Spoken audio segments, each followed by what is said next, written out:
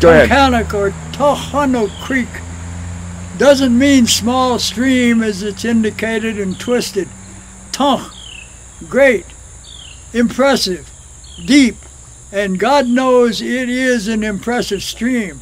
I have canoed, skated, ice skated, walked the Tunkhannock Creek from above Nicholson, 12 miles upstream, looking for beaver trapping places, muskrat, mink, and just loving the area. I've canoed it, tipped a canoe over in there. My oldest daughter was with me, and we got a cold bath. There was still ice cakes in it. But the Tunkhannock Creek it's not a small stream. It's bigger than Bowman's Creek and a heck of a lot of water. I've seen ice there. Actually, the Susquehanna and the Tunkhannock Creek ice within a few feet of the base of the bridge. And also I've seen it where you could lean over and actually touch the ice floe, and it looks like an enormous fast-moving glacier. I have still pictures of it. I don't think I have any movies. I may have some movies of it. But I love the Susquehanna River. I've canoed it from Owego, New York, all the way to Tunkhannock, Pennsylvania, which is just north of Harrisburg. And that's a long ways. And I was just a young boy. Is Tunkhannock the name for the area or just the stream? The stream, but related to the stream, that area became Tunkhannock. And it became the translation, meeting of the waters was one of them. But Tunk primarily means great, wide, impressive, deep, high. Tunkhannock, impressive water. And it was named, the spelling of it, of course, was adapted from the syllables of pronunciation. Tunk became Tunk.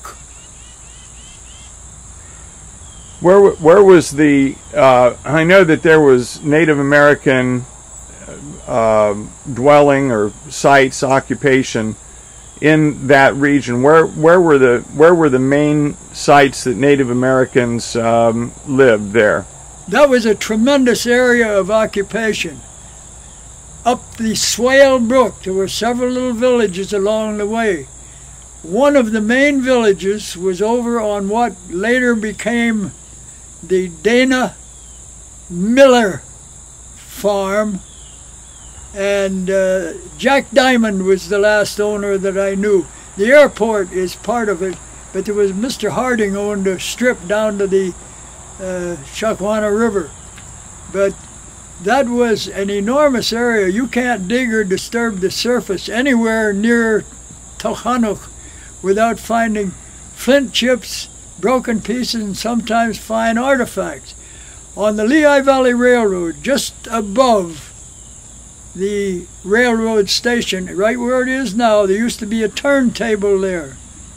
The Mother Hubbard engine of the Lehigh Valley branch that went to Montrose, that was probably dug by mules and scoops, but they destroyed graves. There was quite a burial site there. I found human fragments of bone there and numerous arrow points broken and flint chips. By the way, Chris, not to interrupt or change our path, but you know where your tulip bed was that you brought from Europe? Mm-hmm. I found, the last time I went there to look at those beautiful tulips, I looked down and there's flint chips. And if you go there and examine the surface, you'll still find them. Moneypenny Creek was the confluence of that and the Susquehanna River, was a favorite living site. On down to Keelersburg and those enormous fertile, valuable bottoms which still exist and they're still farmed. That was an important area. The people seem to have the conception that so-called Indians only lived there a short time. They lived there thousands of years. It's never been proven. By carbon-14, I believe the greatest accepted term of occupation is way above 20,000 years. There's been a lot of investigation there, but a lot of it very carelessly done. And I could go on and on about some mistakes that were made. But I'll tell you something, you show anyone a valuable historic site, just say there are graves here. Well, they associate graves, pottery, artifacts. You go there the next morning, per se, and there's holes in the ground, not even backfilled, and no record, no explanation or report of what was found. And in the excavation by that contractor, archaeological contractor in Tunkhannock for the bypass, they found an awful lot of stuff I know that never came back to the Wyoming County Historical Society. I am a charter member of that, was asked to accept the direct just nomination. We name you president. I said, no, I'm on the road, I'm traveling, and if I can't do a good job, I don't want to do it. So a girl with a married name of Brewer became our first president. But there's a heck of a lot of records in the Wyoming Valley Historical Society and the Wyoming County Historical Society. Yeah, from up on top of Avery Mountain, you can see all over. Oh, you can see way up the river, almost to Teague's Eddy, where Teague's Creek comes in. And downstream you can see very clearly, way, way below Bowman's Creek.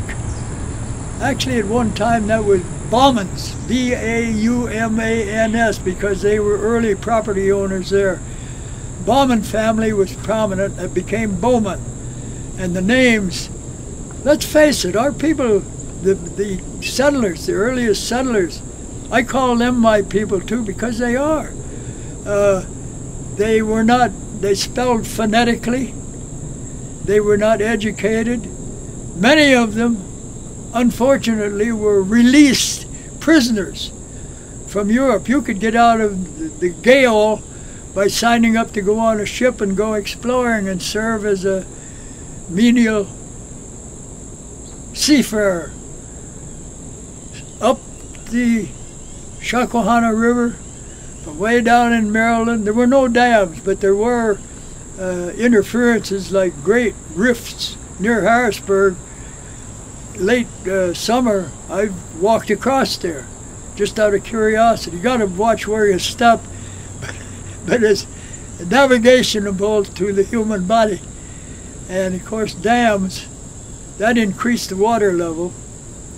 What did it do for the? What did it do for the? You know, like the shad and the eels, and what other things do you remember that the Susquehanna used to have before those dams? Well, I remember that there were reports of an occasional shad being netted in their travel up the Susquehanna to their spawning grounds.